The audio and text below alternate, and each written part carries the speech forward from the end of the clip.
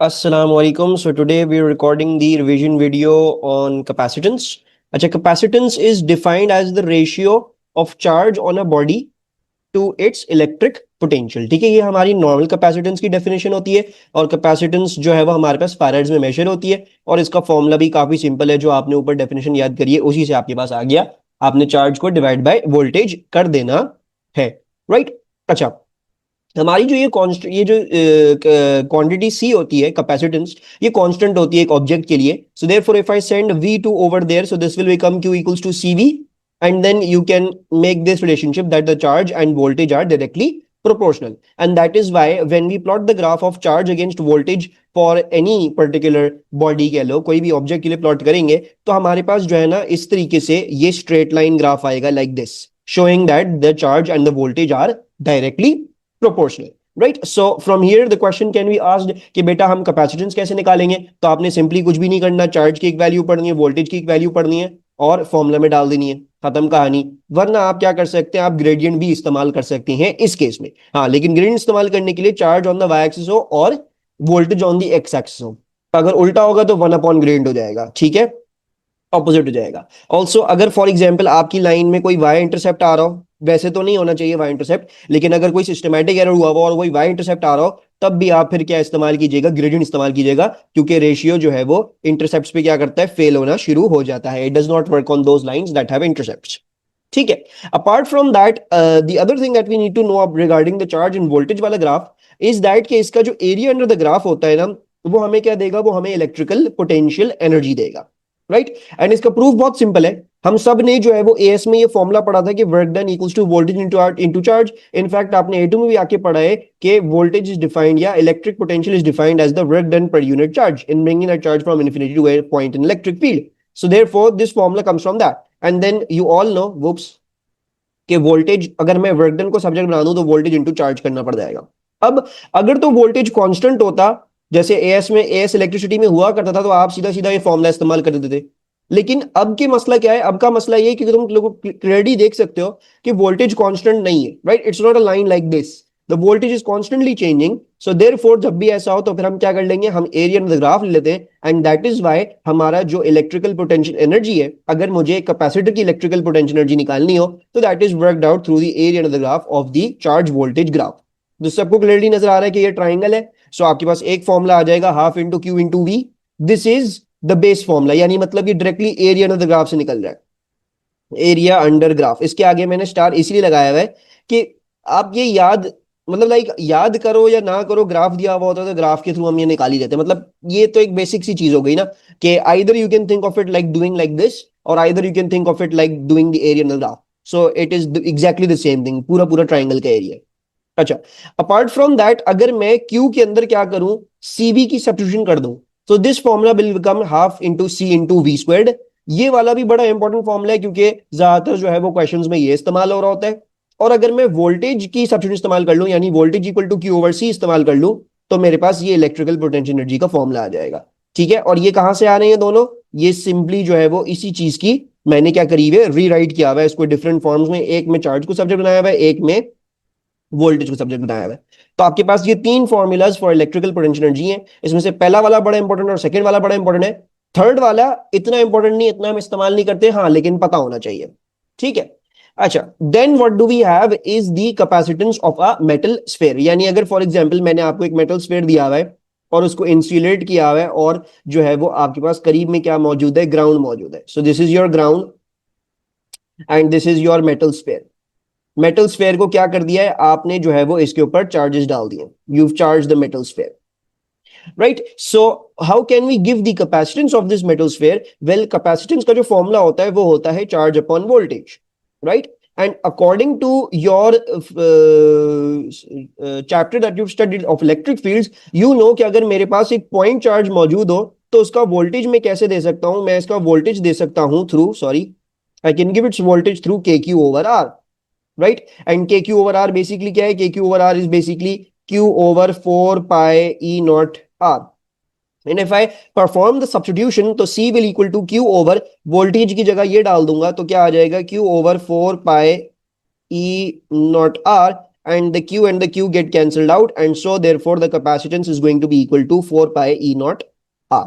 ठीक है, सो अगर मुझे एक मेटल स्फेयर की कैपेसिटेंस चाहिए हो तो उसका फॉर्मूला क्या हो जाता है, उसका फॉर्मूला ये हो जाता है, और इसकी डेरिवेशन भी आपको आनी चाहिए, क्योंकि ज्यादातर ये डेरिवेशन के साथ ही आएगा, बगैर ऐसे ही नहीं आएगा, मतलब बगैर डेरिवेशन के नहीं आएगा। So this is the basics of your capacitance. ठीक है, अब हम आ जाते हैं आगे, और अब हम जो है वो थोड़ा चार्जिंग, डिस्चार्जिंग और इन सब चीजों की बातें करेंगे। And to talk about that we are going to consider a parallel plate capacitor. ठीक है, जो ये नॉर्मल वाला कैपेसिटर ऐसा वाला, ये हम इतना ज्यादा नहीं पढ़ते हैं, ज्यादा हमारा फोकस जो है वो क्या होता है, वो पैरेलल प्लेट कैपेसिटर पे होता है। अच्छा, पैरेलल प्लेट कैपेसिटर कैसे क्या होता है, यानी जैसे आपने देखा था हम यूनिफॉर्म इलेक्ट्रिक फील्ड बनाते थे ना, we used to make a uniform electric field by connecting a positive voltage on the above plate and a negative voltage on the below plate, and then it became a uniform electric field. So similarly capacitor भी एक parallel plate capacitor होता यही है, you get two parallel plates and you put a voltage across them, yeah, you charge them oppositely and they will, yeah, these parallel plates are basically going to act as a capacitor, right?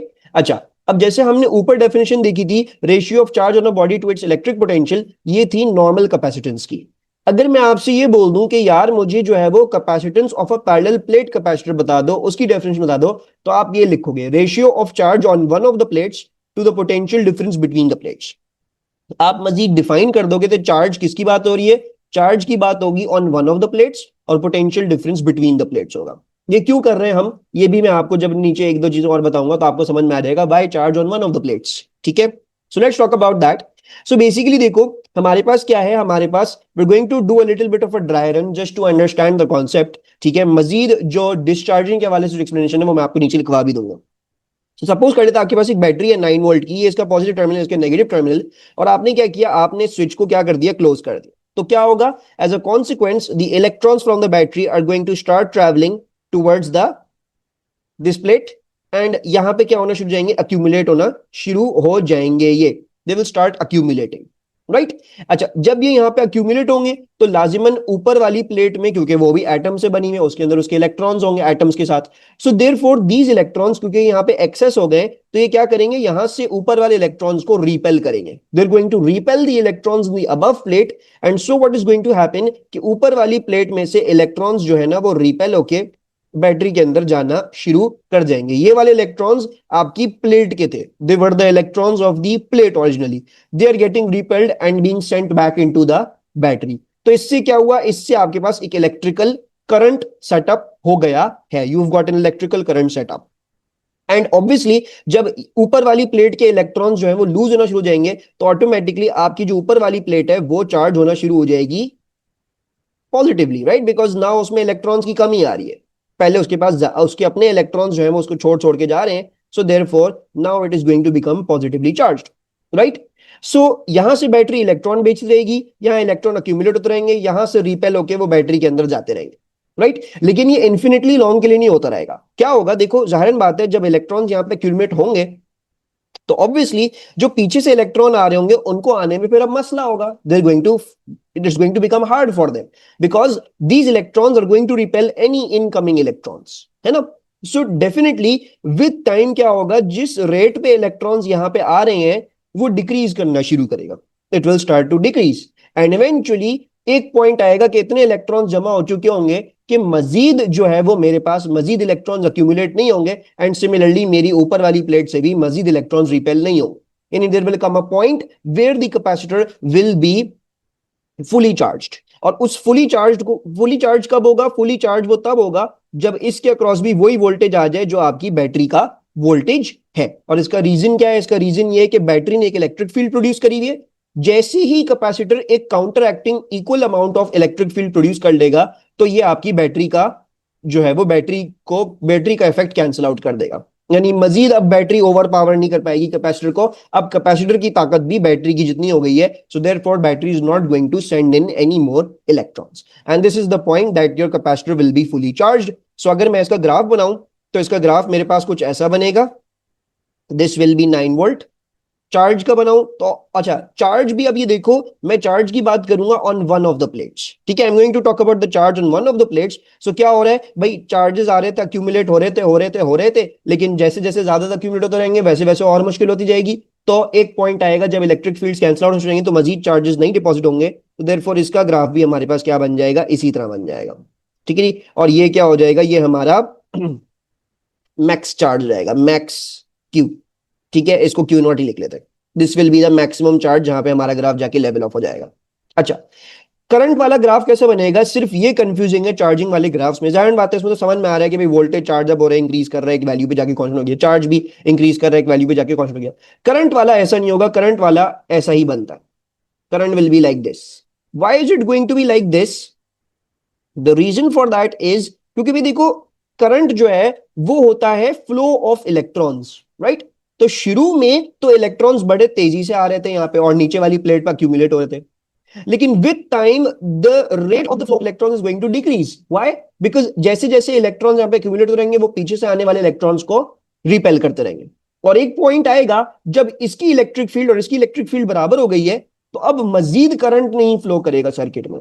So current का graph आपका यही बनेगा। It's not going to be like this, the current is not going to charge up and attain a constant value, no, it's going to start off at maximum and then become zero, because the zero is showing कि भाई अब मजीद कोई electrons flow नहीं कर रहे हैं, there is no more electrons flowing, so therefore capacitor cannot charge up more. So this is the correct one according to the explanation. So बस ये चार्जिंग में करंट वाला ग्राफ थोड़ा सा डिफरेंट होता है। अच्छा, फिर आपके पास ये बात आ जाती है कि does a capacitor store charge? If not, then what does it store? So the answer to this is the plates of a capacitor get charged oppositely to equal magnitudes. कैसे? देखो अभी हमने ऊपर डायग्राम में किया, ये वाली प्लेट क्या है, ये वाली प्लेट नेगेटिव होती जा रही है और ये वाली प्लेट पॉजिटिव होती जा रही है। जाहिर बात है जितने इलेक्ट्रॉन्स यहाँ पे आके अक्यूमुलेट हो रहे हैं ऊपर से वो उतना ही क्या कर रहे होंगे, रिपल्जन कॉज करके बाकी वो इलेक्ट्रॉन्स को ऊपर भेज रहे हैं। So both of the plates are getting charge equally to opposite magnitudes. नीचे वाली प्लेट माइनस क्यू का चार्ज जमा कर जा रही है, ऊपर वाली प्लेट कॉन्सिक्वेंटली प्लस क्यू का चार्ज जमा कर जा रही है। So what's going to happen, the plates of the capacitor get charge, the plates of a capacitor get charged oppositely to equal magnitudes. So the capacitor does not store any charge. Why? देखो अगर मैं ये दिखाऊं कि total charge क्या होगा, total charge हो गया charge on the bottom plate plus charge on the above plate, so minus Q plus Q क्या हो जाएगा, जीरो हो जाएगा, राइट? सो कैपेसिटर जो होता है वो कोई भी चार्ज स्टोर नहीं करता क्योंकि उसकी दोनों प्लेट्स ऑपोजिटली चार्ज हो रही होती है, they are getting oppositely charge, and eventually अगर मैं उसका नेट चार्ज देखूं तो वो जीरो ही आ रहा है। तो फिर कैपेसिटर क्या स्टोर कर रहा है?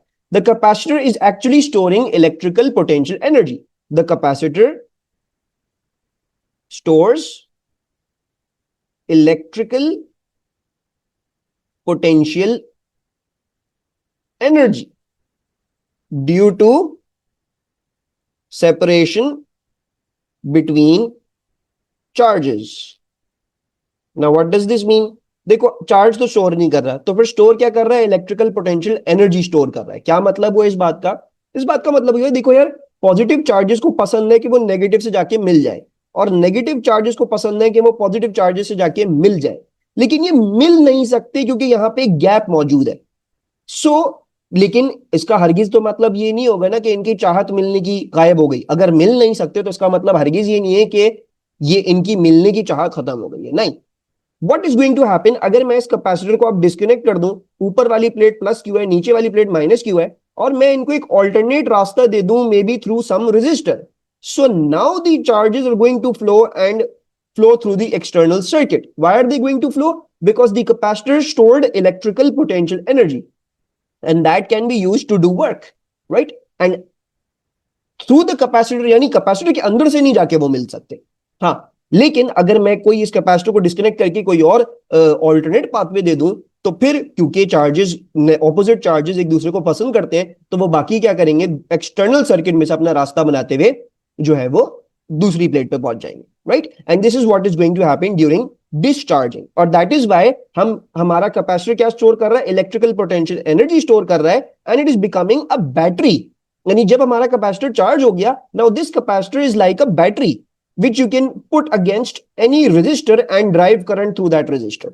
A capacitor is like a temporary mini battery. एक छोटी सी temporary mini battery होती है जिसको आप चार्ज कर सकते हैं और फिर उसको किसी और चीज के ऊपर लगा के डिस्चार्ज कर सकते हैं. ठीक है, तो ये हमारी क्या आ गई, ये हमने अपनी एक्सप्लेनेशन कर दी आप. अच्छा, important relationships for a parallel plate capacitor, ये याद कर लीजिएगा. इनको इस्तेमाल कैसे करेंगे ये तो आप सबको आ जाना चाहिए क्योंकि आपने ऑलरेडी बहुत दफा देख लिया. So I can write this like this, C1 D1 will equal to C2 D2. ये भी हो सकता है वो डिस्टेंस चेंज कर रहे हो, आपसे पूछे यार न्यू कैपेसिटेंस बता दो, या फिर एरिया के हिसाब से पूछ सकते हैं कि C1/A1 will equal to C2/A2. ये सबको आना चाहिए है by this point in your A2 levels. अगर अभी भी नहीं आता तो बेटा क्या कर रहे हैं, सही है. तो ये आपके पास मजीद जो है वो बेसिक्स मैंने आपसे डिस्कस कर ली है. अभी मैंने फिर चार्जिंग डिटेल में डिस्कस करी है, मैं नीचे जाके आपसे डिस्चार्जिंग भी डिटेल में डिस्कस करूंगा थोड़ी देर में. सो they've given you the variation of potential V against charge for an isolated metal sphere. ठीक है जी. They're asking you use figure 4.1 to determine the capacitance of the sphere. ठीक है जी. तो हमने फिगर 4.1 इस्तेमाल करना और capacitance of the sphere determine करनी है.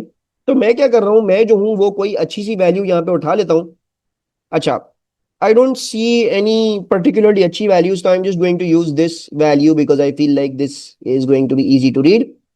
So मैंने ये क्या है, मेरा वोल्टेज जो है वो 50 किलो वोल्ट्स है और मेरा चार्ज क्या हो जाएगा, मेरा चार्ज जो है वो 0.9 माइक्रो कूलम्स हो जाएगा. ठीक है, so let's do the calculation for this. So capacitance जो होती है वो Q/V होती है. सो मैं जो हूं वो 0.9 इंटू 10⁻⁻6 डिवाइड बाय वोल्ट कर सकता हूं 50 kilo volt. So 50 into 10⁻3. So what is the answer that we are getting, let's see. I need to put this in the calculator. So 0.9 into 10⁻⁻6, 50 into 10⁻3. So I am getting 1.8 into 10⁻11. ठीक है जी. इसको round of कैसे करेंगे इसको देख लो. देखो आप यहां से कितनी सिग्निफिकेंस रीड ऑफ कर सकते हो. देखो 1.05, 1.1, 1 point and so on so forth, right? And for the यानी बेसिकली मैक्सिमम सिग्निफिकेंस आप यहां से 3 सिग्नल बता सकते. देखो 1.05, 1.1, सो 1.053 सिग्निफिकेंट हो गया. अच्छा यहां पे देखो ये क्या होगा, ये होगा आई थिंक 55 से होगा तो 55, 60, 65, 70 and so on so forth. So this is 2 significant and this is approximately 3 significant, right? So but we're going to round off to the lowest, that is 2 significant. तो मैंने 1.8 into 10⁻⁻11 अपना क्या कर लिया, round of कर लिया. Then they're asking you for the electrical potential energy stored on the sphere when it is charged to a potential of this much. Now either you can use the formula half into C into V square, or you can use the area under the graph, that is half into Q into V. I'm going to do this question using area under the graph. So they're asking you for 150 kilovolts. Okay, 150 kilovolts. 150 kilovolts, एक second, कहाँ intersect कर रहा है ये, यहाँ intersect कर रहा है. और ये क्या आ रहा है, ये मेरे पास आ गया 2.6, 2.7 माइक्रोकूलम्स आ रहा है. ठीक है, this is coming out to be 2.7 microcoulombs. अब देखो एरिया ग्राफ असूलन तो हम ये वाला लेंगे ना, लेकिन बात ये क्योंकि ये लाइक इट्स अ रेक्टेंगल और रेक्टेंगल की मैं डायगोनल बना दूं तो जो इस ट्राइंगल का एरिया होगा वो ये इस ट्राइंगल का एरिया होगा. So it does not matter, आपने बस फॉर्मूला में उठा के डाल दो half into Q into V ने, right? So I am just going to put that in. So it will be half into Q क्या था 2.7 microcoulombs. So 2.7 into 10⁻⁻6 and multiplied by the voltage that was 150 kilovolts. So the answer that I am getting is 0.2025. And once again, I'm going to round up to 2 significant figures, that will be 0.20 joules. Then they're asking you a spark reduces the potential of the sphere from 150 kilovolts to 75 kilovolts. Calculate the energy lost from the sphere. So once again, what you can do is you can take the area of the graph between 150 and 75. तो 75 कहां पे होगा, 55, 60, 65, 70, 75 यहां पे होगा. So you can once again take the area in the graph, but this time you take the area in the graph of just this trapezium, right? And you will get the answer. But I also want to show you another method. So I am going to use the formula half into C into V squared. ठीक है, and actually मुझे क्योंकि ये निकालना है, energy loss निकालना है, energy loss is basically delta E. So delta E क्यों क्या आ रहा होगा, बिकॉज हाफ कैपेसिटेंस तो कॉन्स्टेंट है, कैपेसिटेंस एज इट इज आ गई, चेंज आ रहा होगा मेरे डेल्टा वी के अंदर, तो डेल्टा वी का स्क्वायर ले लूंगा. So now I can work out the change in energy. So half capacitance क्या थी 1.8 इंटू 10⁻⁻11 और V square delta V square क्या हो जाएगा। अच्छा डेल्टा वी स्क्वेयर का मतलब क्या है, आप जो है वो पहले दोनों वोल्टेजेस को स्क्वायर करोगे and then you are going to subtract them. सही है, तो उस हिसाब से फिर करना होगा। That is the meaning of delta V square. It is not delta V whole square, it is delta V square, यानी वी स्क्वायर्स का डिफरेंस लेना होगा। तो आपने वी स्क्वायर्स का क्या कर लिया, डिफरेंस ले लिया और आपके पास आपका आंसर आ जाएगा 0.15। ठीक है। अच्छा और कन्वर्सली आप क्या कर सकते थे, और वर्कआउट एरिया ऑफ ट्रपीजियम, जो कि मैंने आपको ऊपर मार्क करके बताया है। और बाकी आप ट्रपीजियम ऐसे निकाल लो या जो है वो आप ट्रपीजियम ये वाला निकाल लोगे तो एरिया उनका बराबर आएगा, आई बिलीव सो, बिकॉज आपके पास क्या हो गया, ये आपका बेसिकली, क्योंकि चाहे I take the area with this axis और दैट एक्सिस इट्स ओके। ठीक है, because it's a symmetrical line that is cutting your graph. तो हमारे पास जो है वो ये वाला सवाल भी हमने क्या कर लिया, सॉल्व कर लिया। दोनों फॉर्मुलेस आपको आने चाहिए। हाँ मैं ये रिकमेंड करूंगा यार, कैपेसिटेंस पता लग गई तो ये वाला फॉर्मूला बहुत स्ट्रेट फॉरवर्ड है। हाँ और ये वाला फॉर्मूला हाफ क्यूबी वाला, अगर आपको एरियन ग्राफ से निकालना है, आपको कैपेसिटेंस वगैरह भी फिलहाल नहीं पता, तो आप जो है वो एरियन ग्राफ के लिए ये वाला फॉर्मूला इस्तेमाल कर लेना। अच्छा moving onwards, then we have got some derivations and some important things that you should know, and that is the first thing is that you should know is capacitors in series। तो अगर मैं capacitors को series में लगाऊं तो मेरे पास क्या होगा, मैं यहां लगा रहा हूं ऊपर सीरीज में। So I have placed 3 capacitors in series and I'm going to give you them the values C1, C2 and C3, right? Now we all know that the current in a series circuit remains same, right? The current in a series circuit remains same. So one thing that we can draw from over here is current remains same. ये आपको as electricity से पता है। और अगर current remain same है so I1 will equal to I2 will equal to I3, right? If the current remains same then charge also remains same. Why? Because we can do it like this. I'm just going to show you a crude way to prove it, but you all know कि current क्या होता है, current sorry charge क्या होता है, charge आपका sorry current ही गलत, current आपका क्या होता है, करंट होता है आपका चार्ज डिवाइड बाय टाइम, यानी it's the rate of flow of charge. So right now making it a little simplified, so what can I say, I can say I1 क्या हो जाएगा, Q1 over T will equal to Q2 over T and then equal to Q3 over T, right? And then we can cancel out the T's and you will get that the charges remain same, Q1 will equal to Q2 will equal to Q3. This is directly drive from this thing, क्योंकि हमारा current constant रहता है एक series circuit में, हर चीज जो भी series में लगी हुई उनमें सेम करंट जा रहा होगा। तो सिमिलरली हर कैपेसिटर जो सीरीज में होगा वो सेम चार्ज क्या होगा, गेन करेगा। And do remember that the charge we are talking about is on one of the plates for the parallel plate capacitor, right? Overall charge क्या होता है, वो तो जीरो ही होता है। अच्छा चलिए, तो ये दूसरी बात आ गई आपकी। अच्छा तीसरी बात क्या आ जाती है, तीसरी बात आपको ये भी सब पता होगी ऑलरेडी कि हमारा जो वोल्टेज होता है, वोल्टेजेस या हम इस तरह लिख लेते हैं, total voltage equals to sum of individual voltages, right? You all remember this from your AS that अगर मुझे सीरीज सर्किट का टोटल वोल्टेज निकालना हो तो मुझे इंडिविजुअल वोल्टेज लेने पड़े। क्या मतलब हुआ इस बात का, I am going to bring this a little bit downwards so that I have a little bit space to work ऊपर। तो ये देखो कि बेसिकली इस कैपेसिटर का जो वोल्टेज होगा V1, इसका जो वोल्टेज होगा V2 और इसका जो वोल्टेज होगा V3, इन तीनों को अगर मैं एड अप कर लूंगा तो मुझे क्या मिल जाएगा, मुझे जो है वो इन तीनों के अक्रॉस टोटल वोल्टेज मिल जाएगा, right? I will get the total voltage across all three of them. So basically what I can write it as is VT will equal to V1 plus V2 plus V3। This is your AS electricity. And now using number 4 तो कोई चीज नहीं है, लेकिन I am just going to write this still and I am going to just do it in blue में कर लेते हैं। चलो, so using what, that your voltage is actually equivalent to Q over C, right? अगर आपको ये मसला हो रहा है तो मैं इसको करके भी दिखा देता हूँ। C क्या होता है, Q over V होता है। तो मैं वोल्टेज को सब्जेक्ट बना रहा हूँ और मैं Q over C कह रहा हूँ। अब आपने क्या करना है, बस इसमें डाल देना है। सो VT क्या हो जाएगा, VT हो जाएगा QT divide by CT। V1 क्या हो जाएगा, Q1 divide by C1। V2 क्या हो जाएगा, Q2 डिवाइड बाई C2। ठीक है, और ये सारा हमारा यहाँ पे इक्वल टू का साइन है, ये प्लस का साइन है, और ये क्या हो जाएगा, V3 हो जाएगा Q3 divide by C3, and then these will cancel out. Why? Because you already proved that the charge remains constant, and so therefore you will get your equation for capacitance in series, that is this. ठीक है, अच्छा आपको हर दफा derivation करने की जरूरत नहीं पड़ेगी. As a easy rule what you can remember this as is के ये रेजिस्टेंस वाले का ऑपोजिट है. रेजिस्टेंस इन सीरीज क्या होती थी, एड अप होती थी ना डायरेक्ट, और पैरेलल में रेसिप्रोकल होकर ऐड होती थी. तो कैपेसिटेंस इन सीरीज वो होगा जो रेजिस्टेंस इन पैरेलल था, और कैपेसिटेंस इन पैरेलल होगा जो रेजिस्टेंस इन सीरीज है. ठीक है, इस तरह से तुम लोग इसको आसानी से याद रख सकते हो. Also I try to write this in one of this form. ऐसे मैं क्यों लिखता हूं, मैं आपको इसका रीजन बताता हूं, क्योंकि बहुत सारे बच्चे ना ये भूल जाते हैं कि यहाँ पे 1/CT है, तो एंड में रेसिप्रोकल करना भूल जाते हैं. तो मैं बोलता हूं बेटा आप फॉर्मूला ही यही याद कर लो, CT will equal to 1/C1 plus 1/C2 plus 1/C3 whole inverse, ताकि आपसे कोई भी मिस्टेक यहाँ पे ना हो.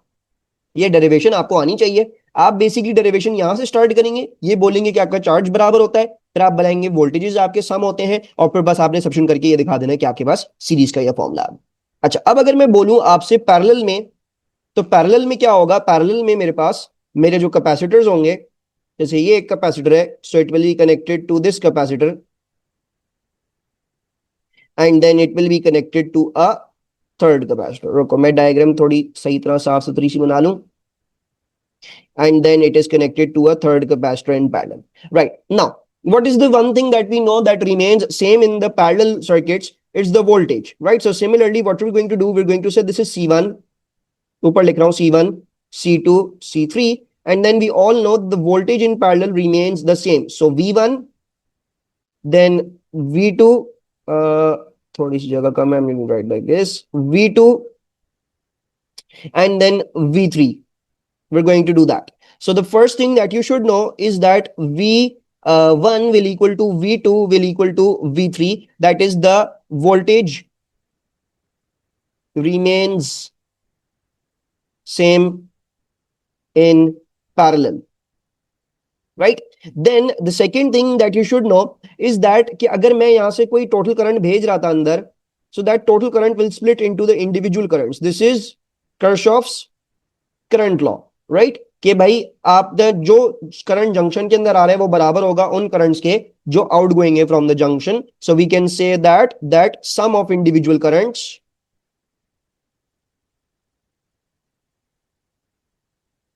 Equal to total current. Right, so what we can say that I1, right सही लिख लेता हूं, I1 plus I2 plus I3 equal equal टू the total current. Right, now the important thing is, जैसे मैंने आपको ऊपर करके दिखाया था कि अगर करंट के बीच में कोई भी रिलेशनशिप फॉलो हो रहा है, जैसे हमने देखा था, तो वो चार्ज के बीच में वही रिलेशनशिप फॉलो होगा. तो मैं अब यही करके दिखाऊंगा, मैं चार्ज के थ्रू भी आपको यही करके दिखाऊंगा. ठीक है जी. सो चार्ज, सो बेसिकली क्या कर लेंगे, sum of individual charges will equal to total charge. ठीक है जी. एंड आप चाहे इसको प्रूव करो या ना करो, कर भी सकते हो, जैसे मैंने ऊपर किया था आपके लिए. करंट क्या होता है, चार्ज अपॉन टाइम होता है. Right, so basically we can just write it like this, and ये बन जाएगा मेरे पास, और इस तरीके से मैं टी कैंसिल कर सकता हूं, तो मेरे पास ये चीज आ जाएगी. डायरेक्टली भी लिख सकते हो, वरना अगर करना चाहो, दिखाना चाहो, तो वो भी आप कर सकते हो.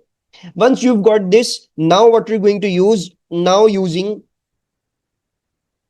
what, that Q is equivalent to CD.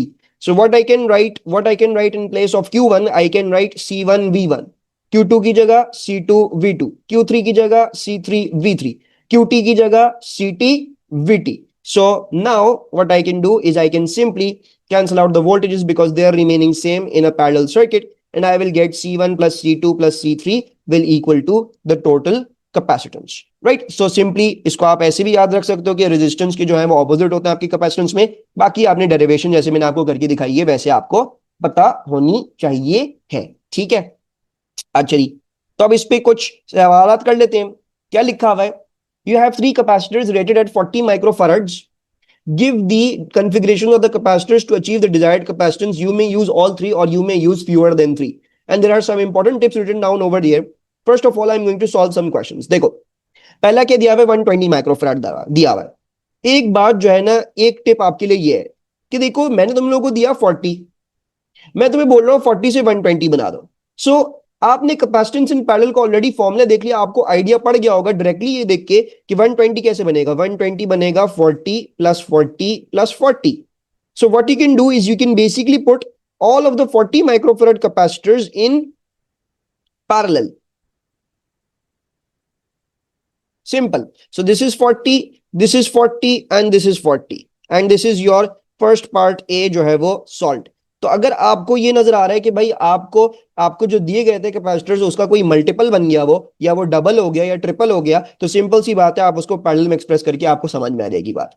अच्छा जी, फिर क्या होता है, फिर हमारे पास होगा कि यार अगर वो हाफ हो गया यानी वो कम होने लग गई कैपेसिटेंस, तो definitely there is something going on in series, right. And in fact अगर मैं 40 से 20 पे जा रहा हूं यानी मैं अपनी कैपेसिटेंस को हाफ कर रहा हूं, सो बेसिकली ये क्या हुआ होगा, ये ऐसा हुआ होगा 1/40 plus 1/40 whole inverse, so it is coming out to be 20 microfarad.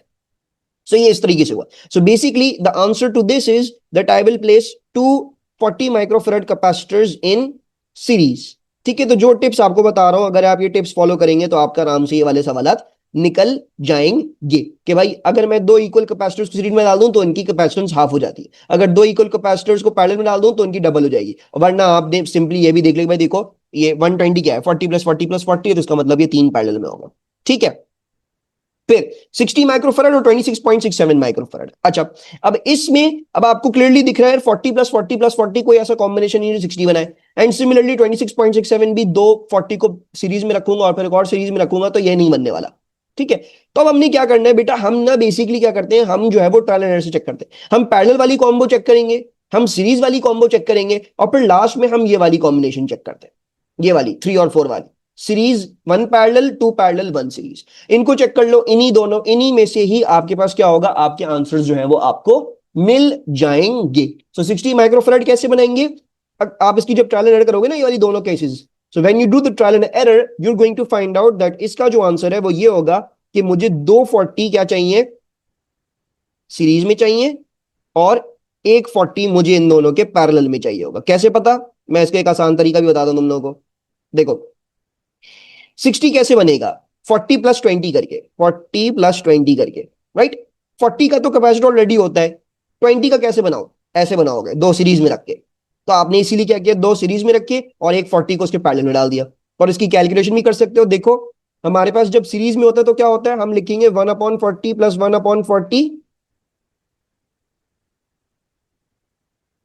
एक सेकेंड, 1/40 प्लस 1/40 होल इनवर्स, ये क्या आ जाएगा, ये मेरे पास आ जाएगी टॉप वाली ब्रांच की कैपेसिटेंस। और फिर मैं पैरेलल में अगर टॉप वाली ब्रांच के ऐड कर दूं तो पैरेलल में सीधे सीधे ऐड अप होती है, तो आपके पास आंसर आ जाएगा आपका 60 microfarad. Simple. And then you can do the trial and error. Obviously हमने दो सीरीज एक पैरेलल कर लिया, तो अब हम कौन सी ट्राई कर लेंगे, हम 2 पैरेलल 1 सीरीज ट्राई कर लेंगे। सो 2 पैरेलल 1 सीरीज क्या हो जाएगा, इसको ट्राई कर लेते हैं। So I will put 2 capacitors in parallel, ये मेरे दो कैपेसिटर्स हैं, मैंने इन दोनों को पैरेलल में रखा, ये भी 40 माइक्रोफैराड का है और ये भी 40 माइक्रोफैराड का है, और मैंने क्या कर दिया, इसको सीरीज में डाल दिया एक 40 माइक्रोफैराड। नाउ लेट्स चेक, देखो ये दोनों पैरेलल में, तो इन दोनों की क्या हो जाएगी, 40 प्लस 40 80 हो जाएगी, है ना, ये हो जाएगी 80। एंड देन मैंने क्या किया हुआ है, इनको सीरीज में रखा हुआ है विद अनदर 40, तो अब क्या कैलकुलेशन हो जाएगी, 1/80 प्लस 1/40 होल इनवर्स कर लूंगा, तो आपको क्या मिल जाएगा, आपको ये मिल जाएगा 26.67 माइक्रोफैराड। ठीक है, you will get this answer. तो इस तरीके से आपने बस यही कॉम्बिनेशन चेक करना और आपका आंसर निकल जाएगा। सीरीज जरूर चेक कर लो, पैरेलल जरूर चेक कर लो, 2 सीरीज 1 पैरेलल, 2 पैरेलल 1 सीरीज, ये चेक कर लो तो आपकी जो है वो आसानी से आपका सवाल हो जाएगा। ठीक है, so this is the thing, if they ask you to make the circuits given some capacitors, then there are some other important points, and that is कि हमारे पास हमने जो ऊपर डिस्कस कर लिया, charge on each capacitor same in series, ये मैं ऊपर ऑलरेडी आपसे बात कर चुका हूं। ठीक है, ये वाली बात, charge remain same in series and voltage remains same in parallel. ठीक है, this thing I have already talk to you above, तो मैंने ये दो बातें दोबारा से लिखी हुई क्योंकि नीचे कुछ सवाल आएंगे इसमें आ जाएगा। फिर charge splits equally into capacitors in parallel and voltage splits equally into capacitor in series, so we'll see that, इसको मैं देखूंगा, तो हम उसको समझने के लिए नीचे वाला एक ही क्वेश्चन अटेम्प्ट करते हैं। देखो The combined capacitance between terminals A and B of the arrangement shown in figure 7.1 is 4.0 microfarad.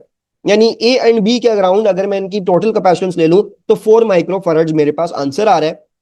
आपको ये बोला हुआ है 2 C के हैं और 2 3 के हैं, right? So they are asking you to determine the capacitance C। So how can we do that? देखो ये दोनों पैरेलल में, तो दोनों की पैरेलल में क्या हो जाएगी? दोनों की पैरेलल में हो जाएगी 6 microfarad. So these both are going to be 6 microfarad. Why? Because it's 3 + 3। सो मैं इसको लिख लेता हूं, 3 + 3 will equal to 6 microfarad and these two are in series. And actually ये दोनों का जो पैरेलल कॉम्बो है ये सीरीज में है इन दोनों के साथ, right? So therefore when I am going to do the calculation, how am going to write this? I am going to write 1/C plus 1/C plus 1/6 whole inverse will equal to the answer that is 4. These two are in parallel, इनका 6 आ गया।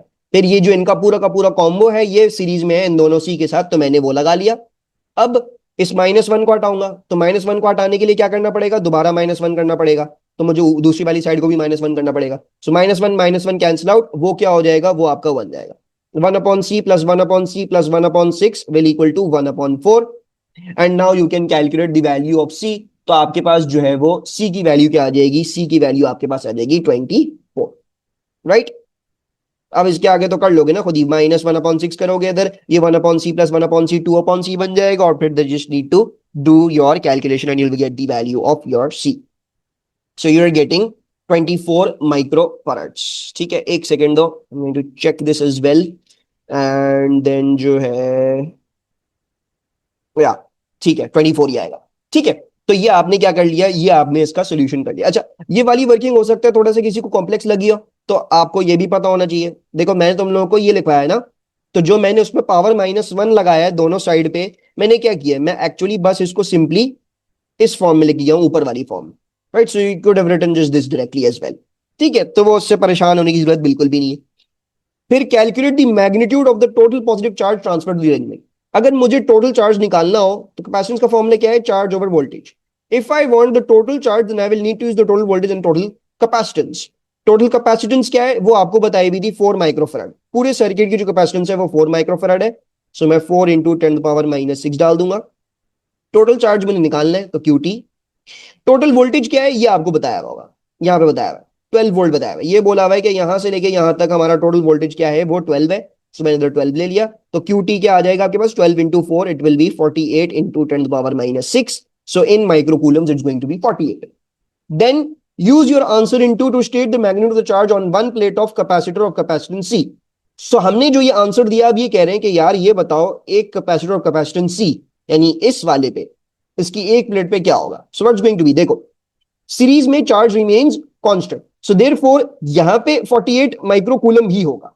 यानी total charge अगर 48 microcoulomb है तो जो जो capacitor series में है उन सब के ऊपर 48 माइक्रोकूलम ही होगा, राइट? एंड सिमिलरली ये पूरा कॉम्बो हमारा क्या है? बेसिकली सीरीज में है, तो इस पूरे कॉम्बो का क्या होगा? इस पूरे कॉम्बो का एक प्लेट पे 48 माइक्रोकूलम भी होगा। हाँ, लेकिन देखो जाहिर बात है, अब ये पैरेलल है और पैरेलल में चार्ज स्प्लिट करेगा। And the good thing is that the charge values are same, sorry the capacitance values are same. So when the capacitance values are same you can जो है वो डिवाइड द करंट इक्वली। तो उसका मतलब क्या है? ऊपर वाली पे 24 माइक्रोकूलम है और नीचे वाली पे भी आपके पास क्या है? 24 माइक्रोकूलम है, right? You can solve it like this. अच्छा, ऐसे भी कर सकते हो सॉल्व, वरना कैसे कर सकते हो? वरना एक इसका और तरीका है। तुम लोग को ये पता लग गया कि तुम्हारे पूरे के पूरे कॉम्बिनेशन में 48 माइक्रोकूलम है ना, और तुम लोगों को इसकी टोटल कैपेसिटी नहीं पता है 6 माइक्रोफैराड। तो तुम इस 6 माइक्रोफैराड और इस 48 माइक्रोकूलम को इस्तेमाल करके ये निकाल लो कि इन दोनों के अक्रॉस वोल्टेज क्या है। तो करो, हमें पता है कैपेसिटेंस इक्वल टू Q/V होता है। तो कैपेसिटेंस अगर मेरी 6 माइक्रोफैराड है और मेरा चार्ज जो है वो इस कॉम्बो का स्पेसिफिकली 48 माइक्रोकूलम है, सो what is the voltage across this combo? ये कैंसिल हो गया और मेरे पास वोल्टेज की वैल्यू आ जाएगी 48 divide by 6। So I am getting 8 volts. So that means across both the capacitors I got 8 volts. And now क्योंकि voltage same रहता है पैरेलल में, तो आपको पता लग गया भाई ठीक है, इसके अक्रॉस 8 वोल्ट है और इसकी कैपेसिटेंस जो है वो 3 है। तो आप क्या कर लोगे? 8 × 3 कर लोगे, आपके पास चार्ज आ जाएगा 24 माइक्रोकूलम।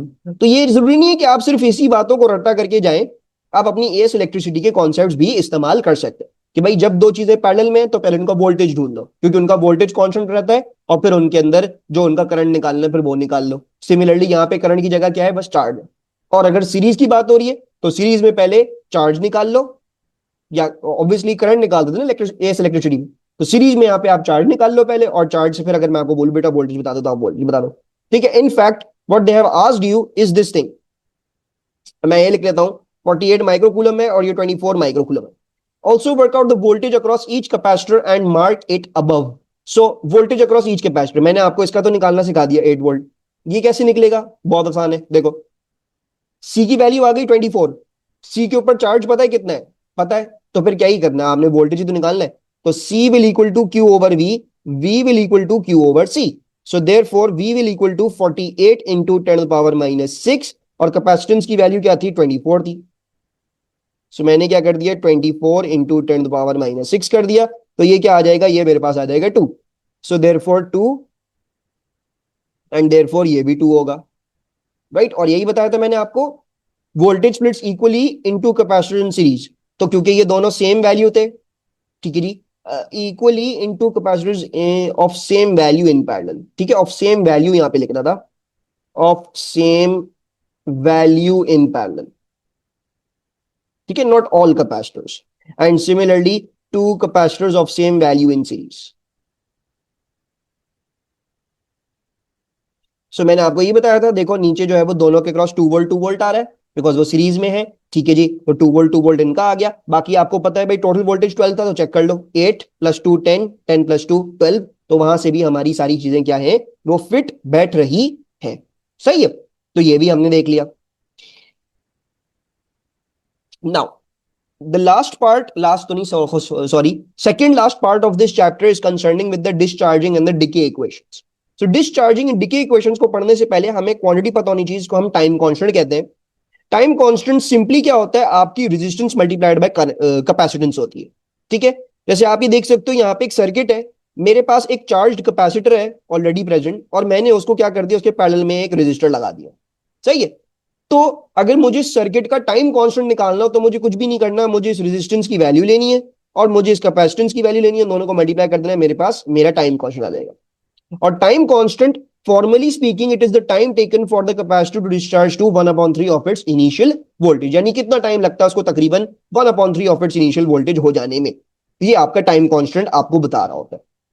अच्छा, so now also let's discuss a little bit of discharging in detail. तो मैंने आपको क्या बताया था, मैंने आपको बताया था कि भाई देखो, ऑपोजिट चार्जेस एक दूसरे से मिलने की चाहत रखते हैं, लेकिन मसला ये कैपेसिटर में क्योंकि ये गैप है, सो ये बस इसके बीच में इलेक्ट्रिकल पोटेंशियल एनर्जी स्टोर हो सकती है, और कुछ नहीं हो सकता। These capacitors can not go and combine with the charges above. But जब जैसे ही मैं एक एक्सटर्नल सर्किट प्रोवाइड करूंगा, तो उस एक्सटर्नल सर्किट के अब कॉन्सिक्वेंस में क्या हो गया, एक पाथवे मिल गया इन चार्जेस को ऊपर वाले चार्जेस की तरफ फ्लो होने का। So what is going to happen, the electron are going to start flowing from the bottom of the plate, go through the resistance, and resistance के थ्रू जाते हुए क्या होगा, ये यहां पे आ जाएंगे ऊपर वाली प्लेट पे, राइट। तो क्या हो गया, मेरा जो भी लोड होगा, what ever the load I have, वो फॉर अ टाइम बीइंग में क्या कर सकता हूं, पावर कर सकता हूं। हाँ, लेकिन जाहिर बात है, कैपेसिटर में से जब इलेक्ट्रॉन यहां से जाके और ऊपर वाली प्लेट को न्यूट्रलाइज करेंगे, तो ऑटोमेटिकली कैपेसिटर की बिलो वाली प्लेट क्या होगी, उस पर चार्ज खत्म होना शुरू हो जाएगा, और सिमिलरली ऊपर वाली प्लेट भी न्यूट्रलाइज होना शुरू हो जाएगी, बिकॉज माइनस और प्लस चार्जेस जब मिलेंगे तो एक दूसरे को खत्म करना शुरू करेंगे। सो इवेंचुअली क्या होगा, इवेंचुअली ये हो जाएगा कि सारे के सारे इलेक्ट्रॉन्स यहां से निकल के यहां चले जाएंगे, and so the capacitor will have fully discharged, and थोड़ी देर के लिए हमारा लोड क्या हो जाएगा, उसके कॉन्सिक्वेंस में हमारा पावर अप हो जाएगा। ठीक है, एंड जब हमारा कैपेसिटर कंप्लीट डिस्चार्ज हो गया तो खत्म हो जाएगा, मजीद करंट फिर तब फ्लो नहीं करेगा। जब भी हम कैपेसिटर क्या कहते हैं, टेम्पोररी मिनी बैटरी कहते हैं। It can store a small amount of electrical potential energy and it can we can then use it later. सही है, फिर क्या बोला हुआ है, why is the discharging graph of charge against time exponential in nature? So if I show you the graphs before, तो discharging voltage वाला graph कैसा होगा, वो ऐसा होता है। ठीक है जी, just like we draw discharging वाला करंट वाला ग्राफ लाइक दिस। तो अब जाहिर बात है, वोल्टेज गिर रहा है तो वो इस तरह से गिर रहा है, इसको हम एक्सपोनेंशियल ग्राफ कहते हैं, this is known as an exponential graph. Similarly charge वाला ग्राफ भी क्या होगा, वो ऐसा ही होगा, इसको भी हम एक्सपोनेंशियल ग्राफ कहते हैं। एंड करंट वाला ग्राफ भी क्या होगा, आपका ऐसा ही होगा, इसको भी हम क्या बोलते हैं, इसको भी हम एक्सपोनेंशियल वाला ग्राफ ही बोलते हैं। सिमिलरली ऊपर चार्जिंग वाले भी एक्सपोनेंशियल ग्राफ्स ही थे, लेकिन वो एक्सपोनेंशियल, उनकी इक्वेशंस थोड़ी सी डिफरेंट है, लेकिन वो हम नहीं पढ़ेंगे। हमारा मेन कंसर्न इनकी इक्वेशंस है, वो नीचे आ जाएगी। सो इस ग्राफ को हम एक्सपोनेंशियल बोलते हैं। अब एग्जामिनर ये पूछता है आपसे कि यार ये ग्राफ एक्सपोनेंशियल इन नेचर क्यों है? So how do we write this answer, why is this exponential in nature? सो उसके लिए देखो, एक्सपोनेंशियल ग्राफ्स वो होते हैं, एक्सपोनेंशियल ग्राफ्स वो होते हैं जहां पे आपका rate is directly proportional to the quantity that is on the Y axis. ठीक है, एंड जो मैथ्स P3 के स्टूडेंट को पता भी होगा, अगर मैं d by dx ले लूं ऑफ e की power x, so the differential of an exponential function is the same, यानी e की पावर x का डिफरेंशियल e की पावर x ही होता है। So if you want to graph an exponential graph, you need to show that the rate of change of that graph is directly proportional to the quantity that is plotted on the y-axis. Now how do I do that? ठीक है, ये कैसे करेंगे? तो अगर मैं charge वाले graph को अपना रेफरेंस बना लूं, तो मुझे ये दिखाना है कि charge which is the y-axis वाली quantity is directly proportional to the rate of the charge. Rate of charge क्या होता है? रेट ऑफ चार्ज होता है करंट। सो अगर मैं बस ये दिखा दूं, अपनी बात से ये प्रूव कर दूं, तो मैं ये लिख सकता हूं एग्जामिनर को कि भाई ये एक्सपोनेंशियल ग्राफ ही होना चाहिए। अब वो कैसे लिखेंगे देखो, first of all this capacitance का voltage will be equal to the resistance का voltage. Why? Because they both are in parallel, right? So VC will equal to VR as both are in parallel, right? So that is equal. And now हम सबको पता है कि capacitance का जो voltage होता है वो हम कैसे देख सकते हैं? वो हम दे सकते हैं using Q over C, right?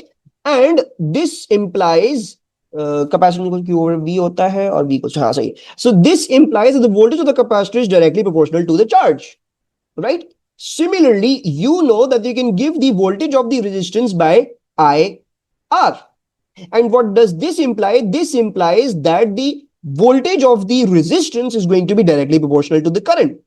And we have already shown that VC and VR are equal.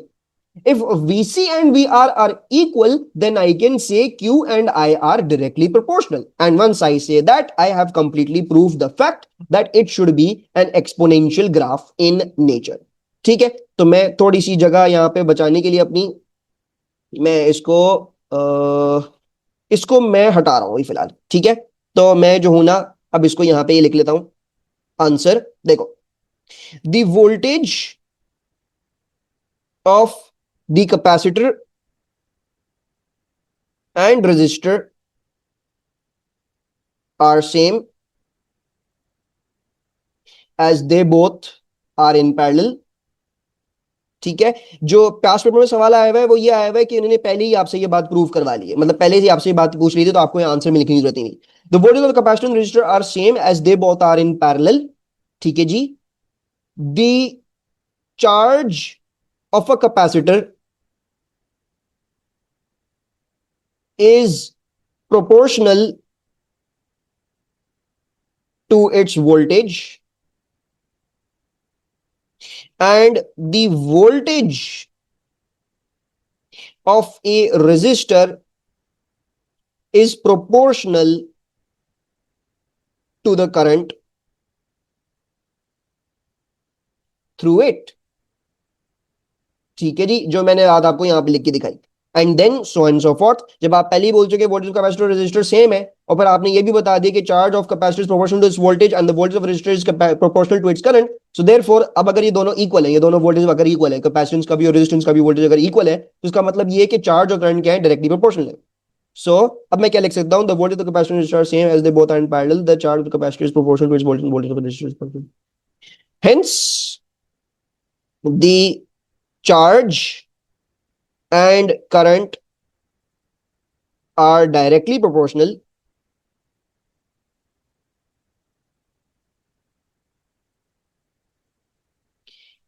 and so charge and the rate of charge, rate of flow of charge are proportional, so graph is exponential in nature. ठीक है। In fact आप इसको हल्का सा rewrite इस तरह से भी कर सकते हैं, आप पहले ही लिख दो कि current is the rate of flow of charge. आप पहले लिखते current is the rate of flow of charge, so current and the rate of charge are charge and the rate of charge are equal and so the graph will be exponential in nature. ठीक है, तो ये आपका discharging के हवाले से ये वाला सवाल काफी दफा आया हुआ है, एक यहाँ पे कैपेसिटेंस में आया हुआ है और फिर न्यूक्लियर रेडियोएक्टिविटी में भी आया हुआ है, तो वो भी आप देखेंगे तो आपको फायदा हो जाएगा। ठीक है, इसी तरह हमने एक्सप्लेनेशन देनी होती है। अच्छा, then finally we are going to look at the decay equations. So decay equations जो है वो हमारी इस फॉर्म में होती हैं, ये आपको पेपर में दी हुई है। पेपर में आपको वोल्टेज वाली दी हुई है, आपको चार्ज वाली और करंट वाली भी आनी चाहिए। आपने सिंपली क्या करना है, वी और वी नोट की जगह क्यू और क्यू नोट और आई नोट लगा देना, दैट्स इट। ठीक है, so first what I'm going to do is I'm going to do a question with you and then we're going to do the half life wali derivation. So क्या लिखा हुआ है, determine the time taken for the voltage of a capacitor to decrease from to 2 volts from an initial voltage of 8 volts for the circuit below. So they are saying that हमने time निकालना है for voltage that was V naught of 8 to go to a V value of 2 and they've given you the circuit as well. So सबसे पहले मैं क्या कर रहा हूं, सबसे पहले मैं टाइम कांस्टेंट निकाल रहा हूं। टाइम कांस्टेंट कैसे निकलता है, टाइम कांस्टेंट निकलता है कैपेसिटेंस को multiplied by the resistance through which it discharges. So 1200 into 10 to the power minus 6 multiplied by the 2.2 into 10 to the power 3. So I will get the time constant as 1200 into 10 to the power minus 6 multiplied by 2.2 into 10 to the power 3. So I am getting 2.64 seconds. Let me check this once again ताकि जो है वो कोई गलती ना हो, और into 2.2 into 10 to the power 3, बिल्कुल 2.64 सेकेंड्स मेरा टाइम कांस्टेंट आ रहा है। अब मैंने आपको इक्वेशन क्या बताई, v equals to V naught e की power minus t over R C होता है। तो v क्या है, v इज 2, वी नॉट क्या है, वी नॉट इज 8, e की पावर माइनस टी, टी मुझे ढूंढना है, और टाइम कांस्टेंट क्या है, बेसिकली आरसी है, तो मैंने उसको डायरेक्टली यहाँ पे प्लग इन कर दिया। Now what I am going to do is I am going to send this 8 on that side. So ये मेरे पास क्या बन जाएगा, ये मेरे पास बन जाएगा 2/8 विल इक्वल टू ई की power minus t divide by 2.64। And then e को रिमूव करने के लिए हमने ln लेना पड़ता है, ln एक साइड पे नहीं ले सकते तो दोनों साइड में लेना पड़ेगा। सो ये क्या बन जाएगा, ये बन जाएगा ln 2/8 will equals to minus t divided by 2.64, and then all you need to do is you need to calculate this value multiplied by the 2.64, और ये माइनस माइनस दोनों साइड पे क्या करना होगा, कैंसिल आउट करना होगा। सो ln 2/8 into 2.64, सो ये मेरे पास आ रहा है 3.6598 माइनस में, और ये माइनस टी है, सो माइनस माइनस कैंसिल हो गया, तो टाइम क्या आ गया 3.66 सेकेंड्स। मैं जो हूं वो 3 सिग्निफिकेंट अभी फिलहाल, वैसे तो असूलन 2 सिग्निफिकेंट, सॉरी 2, हाँ वैसे तो असूलन हम इसको 2 सिग्निफिकेंट लिख लेंगे। ठीक है, ये तो 1 सिग्निफिकेंट, लेकिन हम 1 सिग्निफिकेंट कभी राउंड ऑफ नहीं करते, एक काम करते हैं 2 सिग्निफिकेंट लिख लेते हैं। ठीक है, ताकि बाद में किसी कंफ्यूजन ना हो। 3.7 सेकेंड्स कर लेता हूं मैं इसको। ठीक है, then you also have half life derivations in your course. Half life की डेरिवेशन एक दफा समझ लो तो पूरी जिंदगी जहां जहां जिस भी चैप्टर में आनी है आपको क्लियर होगी। देखो, v equals to V naught e की power minus t over R's. सबसे पहले तो हाफ लाइफ होती क्या है, half life time taken by a capacitor to discharge to half of its initial voltage. Half life होती ही है कि भाई जो भी इनिशियल है उसका जो है वो क्या हो जाए, हाफ हो जाए। अब मैं वोल्टेज के एतबार से डिस्कस कर रहा हूं, लेकिन ये चार्ज के एतबार से भी डिस्कस हो सकता है, करंट के हिसाब से भी डिस्कस हो सकता है, राइट। सो दैट मींस कि अगर मैं ये निकाल रहा हूं to half of its initial voltage, तो मैं v की जगह क्या रख दूंगा, मैं v की जगह v0/2 रख दूंगा। भाई मैं इस पॉइंट को वर्कआउट करना चाह रहा हूं। And so this v0 and the v0 are going to cancel out, and what are you going to get, you are going to get half will equal to e की power minus t over RC. ठीक है, अच्छा, क्योंकि मैं बहुत ज्यादा non math students को पढ़ाता हूं तो मैं यहाँ पे एक सिंप्लीफिकेशन करता हूं। मैं यहाँ पे क्या सिंप्लीफिकेशन करता हूं, मैं ये करता हूं कि मैं इसको 1/2 लिखता हूं और मैं e को भी डिनोमिनेटर में भेजता हूं, क्योंकि माइनस मींस कि आप उसको नीचे वैसे ले जाएं और उसकी पावर को पॉजिटिव में लिख दें। सो टी ओवर आरसी कर दिया, और फिर मैं क्या करता हूं, इन दोनों को क्रॉस मल्टीप्लाई करता हूं। सो 2 विल इक्वल टू, या I am going to write it like this.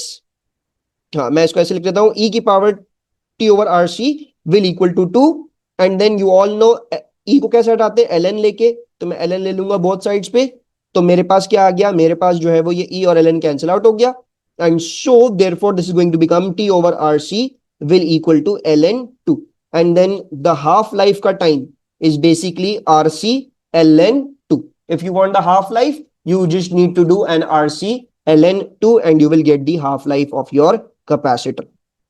सही है, तो ये आपका कैपेसिटर की हाफ लाइफ की डेरिवेशन हो गई.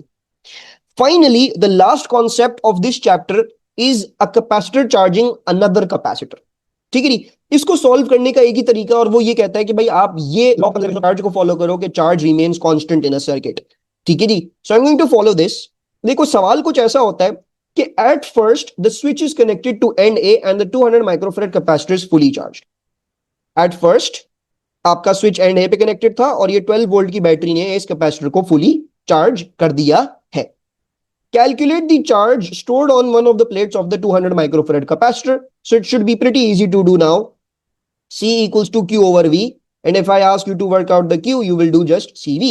And so C की वैल्यू दी हुई है 200 into 10 power minus 6, and voltage कहां तक चार्ज हो रहा है, वो 12 तक चार्ज हो रहा है.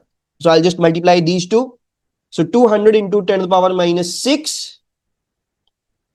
multiplied by 12. ठीक है, तो आपके पास जो है जो वैल्यू आ रही है वो आ गई है 2.4 into 10 power minus 3 coulombs. इतना क्या कर रहा है आपका कैपेसिटर 200 माइक्रोफैराड वाला ये चार्ज स्टोर कर रहा है. फिर क्या कह रहे हैं, the switch is then move to B and the 200 microfarad capacitor discharges while the 50 microfarad capacitor charges up. Obviously क्या होगा, जब मैं स्विच को यहां पे फ्लिप कर दूंगा, यहां से कनेक्शन तोड़ दूंगा, तो it is going to discharge, और ये डिस्चार्ज करके क्या करेगा, ये 50 माइक्रोफैराड वाले कैपेसिटर को चार्ज करेगा. लेकिन 50 माइक्रोफैराड वाला कैपेसिटर चार्ज अप होगा, 200 माइक्रोफैराड वाला कैपेसिटर डिस्चार्ज होगा. एक पॉइंट आएगा कि जब दोनों का वोल्टेज बराबर हो जाएगा और फिर ये मजीद चार्ज और डिस्चार्ज नहीं होंगे, ये सेटल कर जाएंगे उस वोल्टेज पे. So we have to work out that settling voltage कि ये किस वोल्टेज पे जाके सेटल हो रहे हैं. अब ये कैसे निकलेगा सेटलिंग वोल्टेज? Pretty easy. देखो मैंने क्या बताया, चार्ज कांस्टेंट रहता है, तो जितना चार्ज इसने स्टोर किया हुआ था अब यही रिडिस्ट्रीब्यूट होगा बिटवीन बोथ ऑफ देम. ये चेंज नहीं होगा. टोटल चार्ज इतना ही रहना है. So this same charge is going to redistribute. Baki, I can also work out their total capacitance in parallel. So I know the total charge of the circuit and I also know the total capacitance of the circuit. So I can work out the total voltage of the circuit as well. So let's do that. मैं जो हूं वो CT equal to QT divided by VT इस्तेमाल करूंगा, और मैं आपको बोल रहा हूं मुझे VT निकालना है, तो VT कैसे निकलेगा, QT divided by CT निकलेगा. So मुझे पता है मेरा चार्ज सेम रहेगा क्योंकि वही डिस्ट्रीब्यूट होना है दोनों में अब. So 2.4 into 10 power minus 3, और टोटल कैपेसिटेंस क्या है, ये दोनों पैरेलल में है तो 200 plus 50 हो जाएगा, यानी 250 into 10 power minus 6. So you will get the voltage as 2.4 into 10 power minus 3 divided by 250 into 10 power minus 6. So I am getting a settling voltage of 9.6 volts. That means कि ऊपर वाला capacitor 12 से 9.6 तक discharge करेगा, और during this discharging क्या होगा, नीचे वाला कैपेसिटर 0 से 9.6 तक चार्ज हो जाएगा. It is going to charge from 0 volts to 9.6 volts. And जैसे ही इन दोनों का वोल्टेज बराबर हो गया तो ये मजीद अब इनका वोल्टेज चेंज नहीं करेगा, सेटल कर जाएंगे इसके ऊपर. Finally work out the charge on each of the plates of the capacitor. So this should be pretty easy now. Why? You know the voltage, you know the capacitance. You need to work out the charge of the 200 microfarad capacitor and similarly for the 50 microfarad capacitor. So it's pretty easy. You just need to apply the formula once again. So C will equal to Q over V. अगर मुझे Q निकालना है तो मुझे CV को multiply करना पड़ेगा. So अगर मैं बोलूं Q on 200 microfarad capacitor, तो क्या हो जाएगा, उसकी कैपेसिटेंस multiplied by उसका voltage. So 200 into 10 power minus 6 because it's 200 microfarads multiplied by the settling voltage, so multiplied by 9.6, and you are getting this value as 1.92 into 10 to the power minus 3, and then Q on 50 microfarad capacitor will be 50 into 10 to the power minus 6 multiplied by 9.6, क्योंकि उसका capacitance ये है और उसका voltage जो है वो 9.6 है. सो आपने क्या कर दिया, इन दोनों को मल्टीप्लाई कर दिया, तो आपके पास वैल्यू आ जाएगी 4.8 into 10 to the power minus 4. And what did we study? We studied that the total charge remains constant. तो इन दोनों वैल्यूज को ऐड अप करके देख लो कि ये टोटल चार्ज के बराबर आ रही है कि नहीं आ रही. So let's do that. 1.92 into 10 to the power minus 3 plus 4.8 into 10 to the power minus 4. And the value I'm getting is this. So yes, the total charge remaining constant. हमने उसी के एतबार से कैलकुलेशन करी और चेक भी कर लिया कि हमारा आंसर जो है वो करेक्ट आ रहा है. Right. So this is it for capacitance. एक घंटे की हो गई, लेकिन कैपेसिटेंस एक ऐसा टॉपिक है जो कि अब पेपर्स में बहुत ज्यादा आने लगा है, specially the decay equation. You will find the questions for the decay equation to be very very common by now. So you need to have a good grasp on the decay equation for the capacitors वाला chapter. ठीक है, बाकी that's it for today. मुझे दुआओं में याद रखिएगा, अपना ख्याल रखिएगा. I will see you all later. अल्लाह हाफिज.